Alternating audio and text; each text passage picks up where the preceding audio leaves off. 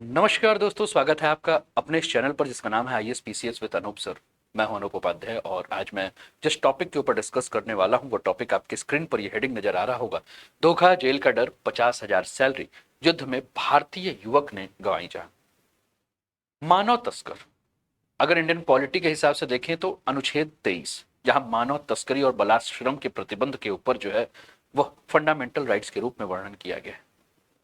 मानव तस्करी का ये मामला जो है ये कोई नया मामला नहीं है, लेकिन जिस प्रकार से रशिया यूक्रेन वॉर जोन में भारतीयों को भेजा जा रहा है और पता चल रहा है कि कुछ भारतीयों को गलत तरीके से वहां भेजा गया है, जिसमें कई सारे मानव तस्कर गिरोह सक्रिय हैं, तो ये मुद्दा जो है इस समय इंटरनेशनल मुद्दा बन चुका है।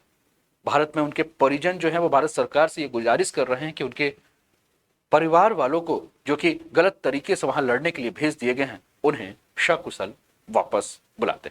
सीबीआई ने जो है भारत के कई सारे शहरों में जो है वो छापा मारा है और जब छापा मारा है तो मानव तस्करी से जुड़े नेटवर्क का भांडाफोड़ किया है, जिन्होंने नौकरी दिलाने की आड़ में जो है भारतीयों को रूस यूक्रेन के क्षेत्र में भेजा है और उन्हें मजबूर किया जा रहा है कि वो जंग में उतरे, वो लड़ाई करें। चलिए आगे बढ़ते हैं, इस टॉपिक को और भी ध्यान से देखते हैं। चैनल पे पहली बार हो तो चैनल को सब्सक्राइब करके बेल आइकन जरूर दबा दीजिएगा कि यहां आने वाले हर क्लास का नोटिफिकेशन आपको समय पर मिलता रहे। दोस्तों, अभी 2 दिन पहले की बात है, सीबीआई ने जब जांच की तो कई सारे ऐसे फर्म्स और एजेंट्स के खिलाफ एफआईआर की जिन्होंने जो है वो गलत तरीके से जो है वो भारतीयों को रशिया यूक्रेन वॉर जोन में भेजा हुआ है। और भारत के 10 शहरों जिसमें से दिल्ली, मुंबई, चेन्नई, तिरुवनंतपुरम, अंबाला, चंडीगढ़ और मदुरई जैसे शहरों में जब छापेमारी की, कुछ लोगों को से पूछताछ किया, कुछ लोगों को हिरासत में लिया और उनसे लगभग 50 लाख रुपए नगद जो है वो जब्ती भी की गई। तो भारत सरकार के इस सीबीआई को यह पता चला है कि 35 भारतीयों को नौकरी के नाम पर नौकरी का झांसा देकर ये सारे फॉर्म जो है वो रूस भेज चुके हैं।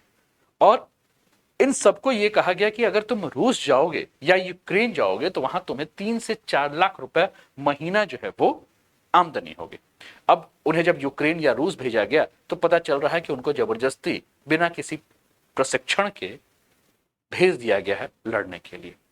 आइए और भी आगे चलते हैं, देखते हैं आपके स्क्रीन पर ये हम जो बात कर रहे हैं। जैसा कि मैंने इस टॉपिक को स्टार्ट किया तभी मैंने कहा कि ये ह्यूमन ट्रैफिकिंग यानी कि मानव तस्करी का मामला है और मैंने कहा कि ये टॉपिक जो मानव तस्करी का दिख रहा है ये अगर आप सिलेबस के हिसाब से देखें यूपीएससी या स्टेट पीएससी तो पॉलिटी में आप पाएंगे और पॉलिटी में एक टॉपिक आपको नजर आएगा इंडियन कॉन्स्टिट्यूशन के अंतर्गत एफआर यानी कि फंडामेंटल राइट्स यानी कि मौलिक अधिकार।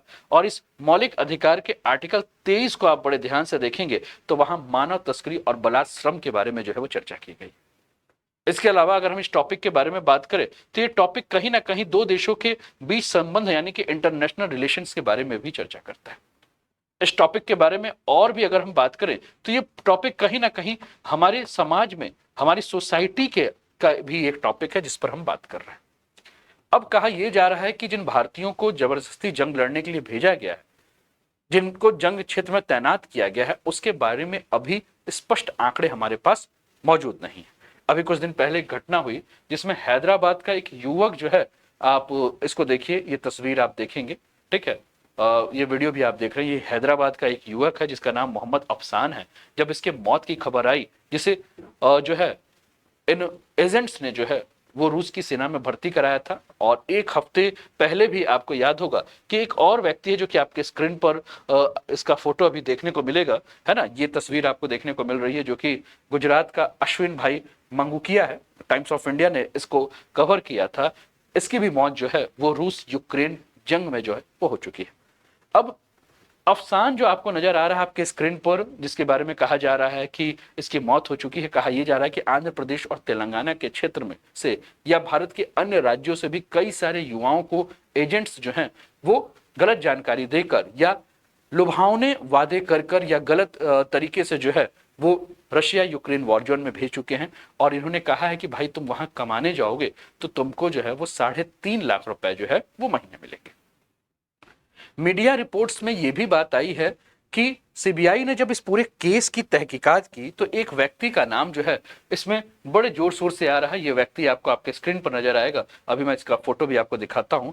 ये बाबा ब्लॉग्स के नाम से इसकी साइट चलती है, इसका नाम है फैजल खान। फैजल खान और बाबा इसका नाम है। और फैजल खान अपने इस यूट्यूब चैनल के माध्यम से ये बताता है कि कैसे आप विदेश जाएंगे। खान की company Baba blocks overseas recruitment solution private limited जो है ये मुंबई, दिल्ली, चंडीगढ़ में अपनी कंपनियां चला रहा है। लेकिन ये भी चीज अभी क्लियर नहीं है कि अभी जो बाकी एजेंट्स हैं उसका बाबा खान के साथ कोई संपर्क है, या बाकी सारे एजेंट्स जो हैं वो अलग से काम कर रही हैं, या इस बाबा खान के साथ मिलकर काम कर रहे हैं। क्योंकि इन एजेंट्स के बारे में कहा जा रहा है कि नौकरी के बदले इन्होंने 3 लाख रुपए भी जो है उन परिवार से लिए हैं जिनको भेजा गया है। अब ये जब पूरा का पूरा मामला आया तो पिछले महीने यानी कि 29 फरवरी को विदेश मंत्रालय ने यह भी बताया था कि फिलहाल रशिया यूक्रेन वॉर जोन में 20 भारतीय जो हैं वो फंसे हुए हैं, जिनको निकालने का प्रयास भारत सरकार अपने तरफ से जो है कर रही। और कहा यह भी जा रहा है कि जितने भी लोग हैं ये नवंबर 2023 में जो है वो एजेंटों से मिले थे, और एजेंट्स ने ये कहा था कि आपको रूस के क्षेत्र में जाना है, और कोई भी लड़ाई झगड़े के बारे में बात नहीं की गई थी। उन्हें बताया गया था कि आप वहां एज अ हेल्पर जाके जो है वो काम करेंगे, जिसमें आपको लाखों सैलरी मिलेंगी। दिसंबर 2023 में इन भारतीयों को जो है वो विजिटर वीजा के नाम पे, यानी या कि आप घूमने जा रहे हैं, या टूरिस्ट वीजा के नाम पर जो है वो वहां भेजा गया है, और सबने जो है वो चेन्नई एयरपोर्ट से जो है उड़ान भरी थी। रिपोर्ट में ये भी बातें आ रही हैं कि भारतीयों को दुबई में जो भारतीय नौकरी करते थे, जिन्हें दुबई में 30 से 40 हजार रुपए सैलरी मिलती थी, वो सब एजेंट्स को 2-2 लाख रुपए देकर जो है वो इस जगह पर जो है वो गए। ठीक है, और भी आगे बात करते हैं, और आगे बात करते हुए समझते हैं मानव तस्करी के बारे में। How to control human trafficking, मानव तस्करी को कैसे रोका जा सकता है। तो सबसे पहले जो है कि एक कानूनी प्रावधान हो, एक लीगल फ्रेमवर्क निर्माण किया जाए, साथ में लोगों को जो है इकोनॉमिक एम्पावरमेंट किया जाए, आर्थिक रूप से सशक्त करने की आवश्यकता है। इसके अलावा अगर हम बात करें तो क्रॉस बॉर्डर कोलैबोरेशन होना चाहिए, यानी कि दो देशों के बीच में कानून के को लेकर एक मजबूत जो है गठजोड़ होना चाहिए, जिससे कि इसको हम रोक सकें। इसके अलावा लोगों को जागरूक करना होगा, शिक्षित करना होगा। इसके अलावा जो भी विक्टिम्स है, जो इन झांसे में फंस गए हैं, उनको क्या करना होगा, प्रोटेक्शन देना होगा, सपोर्ट देना होगा। इसके अलावा लीगल असिस्टेंस एंड कंपनसेशन देना होगा। जो भी इस झांसे में फंसे उनको कानूनी जो भी सहायता हो सकती है वो दिया जाए, और उन्हें मुआवजा भी प्रदान किया जाए। रिहेबिलिट करना होगा, यानी कि फिर से उनको पुनर्वास करना होगा। और लॉ इन्फोर्समेंट, यानी कि कानून को और कड़े से जो है वो लागू करने की आवश्यकता है अगर ह्यूमन ट्रैफिकिंग को रोकना है। 6 way to use the anti trafficking convention tool to stop, क्या क्या हो सकता है। तो जैसा कि हमने बात किया कि एजुकेट कीजिए, इन्फ्लुएंस कीजिए, है ना, एक्शन लेना होगा, फॉलो करना होगा, एडवोकेट करना होगा, ये सारी प्रक्रिया है। अब मानव तस्करी के प्रमुख कारण और प्रभाव क्या है। तो सबसे पहला कारण क्या है, निर्धनता और आर्थिक असमानताएं, यानी कि मनुष्य अपनी आर्थिक कठिनाइयों के कारण विभिन्न परिस्थितियों में जो है वो अपने देश को छोड़कर किसी दूसरे देश में या किसी दूसरे स्थान पर जो है वो बेहतर अवसर को ढूंढने के लिए जाता है, और ऐसे में वो तस्करों के जाल में जो है वो क्या हो जाता है, फंस जाता है। कुल मिलाकर वो व्यक्ति जरूर निर्धन होगा या आर्थिक रूप से कमजोर होगा तो ही वो जा रहा है। दूसरा, शिक्षा और जागरूकता का अभाव हमें जो है वो देखने को मिलता है। तो तस्करी में अगर हम बात करें तो शिक्षा और जागरूकता के सीमित अभाव के कारण व्यक्ति जो है वो तस्करों के झांसे में फंस जाता है, और अनजान लोगों के प्रलोभन में भी जो है वो आ जाता है। इसके अलावा संघर्ष, अस्थिरता और विस्थापन की समस्या होने के कारण, यानी कि देश में अथवा दूसरे देशों में होने वाले संघर्ष, राजनीतिक अस्थिरता के कारण भी जो है वो क्या करता है, कहीं शरण ले लेता है या स्थिरता की तलाश में इधर उधर जाता है, और ये शोषण का शिकार हो जाता है। इसके अलावा सामाजिक बहिष्कार और भेदभाव भी एक बहुत बड़ा कारण है, जैसे कि महिलाओं को, बच्चों को, प्रवासियों को, अल्पसंख्यकों को सामाजिक तौर पर जो है वो बहिष्कृत समूह, अक्सर सामाजिक भेदभाव का इनको सामना करना पड़ता है, और इस कारण से इनको जो समर्थन नहीं मिलता उसकी कमी के कारण भी ये असुरक्षित होते हैं।